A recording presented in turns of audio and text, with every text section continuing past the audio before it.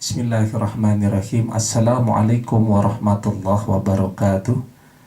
Alhamdulillah wa syukrulillah. Wassalatu wassalamu ala Muhammadin Rasulillah wa ala alihi wa sahbihi wa mawalah. La khalla wa la quwata illa billah. Pemirsa yang saya cintai, Alhamdulillah di kesempatan kali ini kita kembali bermuajahah untuk membahas sebuah tema, yakni tentang 7 golongan yang mendapatkan perlindungan dari Allah Subhanahu wa Ta'ala di tengah-tengah dahsyatnya peristiwa kiamat. Kita dapat melihat atau membaca betapa dahsyatnya ilustrasi peristiwa kiamat yang digambarkan oleh Allah Subhanahu wa Ta'ala di dalam surat Al-Infitar. A'udzubillahi minasyaitonir rajim. Bismillahirrahmanirrahim. Izas sama'un fatarat wa idzal kawakibun tasarat wa idzal biharu fujirat wa idzal kuburu bu'sirat. Ketika langit terbelah, ketika bintang saling bertabrakan, ketika air laut meluap, dan ketika kubur-kubur terbongkar. Peristiwa kiamat adalah peristiwa yang amat sangat dahsyatnya. Maka di tengah-tengah peristiwa kiamat yang sangat dahsyat tersebut, Rasulullah Shallallahu Alaihi Wasallam mengatakan akan ada 7 golongan manusia yang mendapatkan perlindungan langsung dari Allah Subhanahu wa Ta'ala. Siapakah mereka? Rasulullah Sallallahu Alaihi Wasallam bersabda, "Sab'atun yuziluhumullah fi zillahu yaumin la zillu illa zilluhu." Yang pertama adalah al-imamun adil, yakni para pemimpin yang adil di antara kita. Maka berbahagialah para pemimpin-pemimpin yang bisa berbuat adil. Yang kedua, kata Rasulullah, wasaban nasfi ibadatillah, yakni para pemuda yang tumbuh dalam beribadah kepada Allah Subhanahu wa Ta'ala dari masa kecilnya masuk ke masa remaja hingga ke masa dewasa dan usia tua, semuanya diisi dengan ibadah dan ketaatan yang paling sempurna kepada Allah Subhanahu wa Ta'ala. Yang ketiga, warajulun qalbuhu mu'alaqun bil masjid, yakni para pemuda yang hatinya selalu terikat kepada masjid.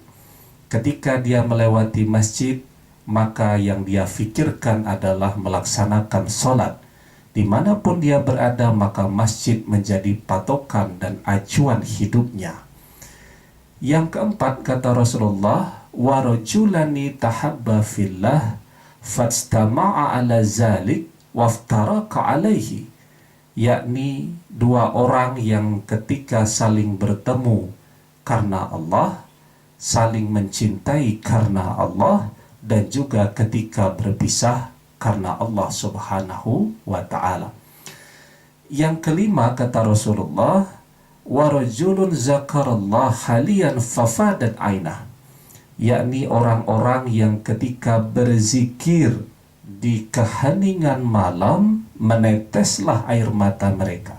Berzikir sendirian di tengah keheningan malam dan bisa menetes air mata mereka.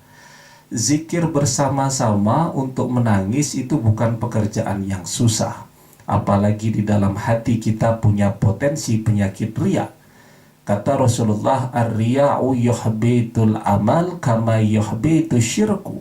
Riya itu akan membakar amal pada diri seseorang seperti halnya syirik membakar amal pada diri seseorang. Tapi ini adalah warajulun zakarallah khalian fafadat ainah, yakni orang yang ketika berzikir sendirian di keheningan malam tidak ada yang melihat, meneteslah air mata mereka.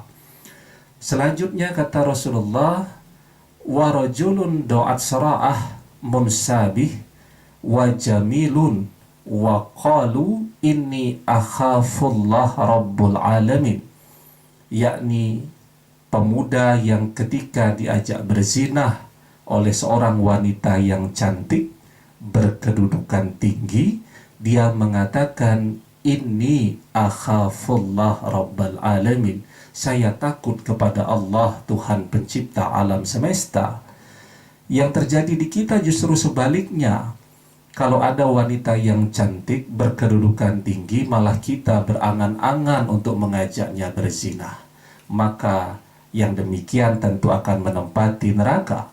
Tapi para pemuda yang istimewa ini adalah warajulun da'asra'ah munsabih wa jamilun wa qalu inni akhafullah rabbal alamin. Pemuda-pemuda yang sangat langka untuk ditemukan.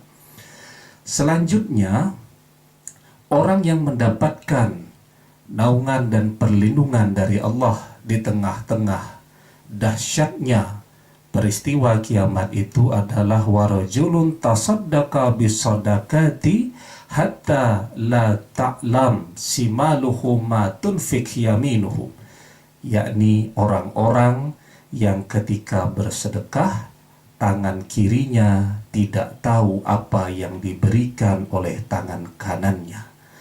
Semoga kita termasuk ke dalam salah satu dari 7 golongan tadi. Sangat baik kalau 7 sifat tadi semuanya terdapat di dalam diri kita. Namun kalau tidak bisa, semoga salah satu dari ke-7 sifat tadi ada yang terdapat dalam diri kita masing-masing, sehingga kelak di hari kiamat kita termasuk orang-orang yang mendapatkan perlindungan dari Allah. Semoga yang singkat ini bermanfaat. Wallahu a'lam bissawab. Billahi taufiq wal hidayah. Assalamualaikum warahmatullahi wabarakatuh.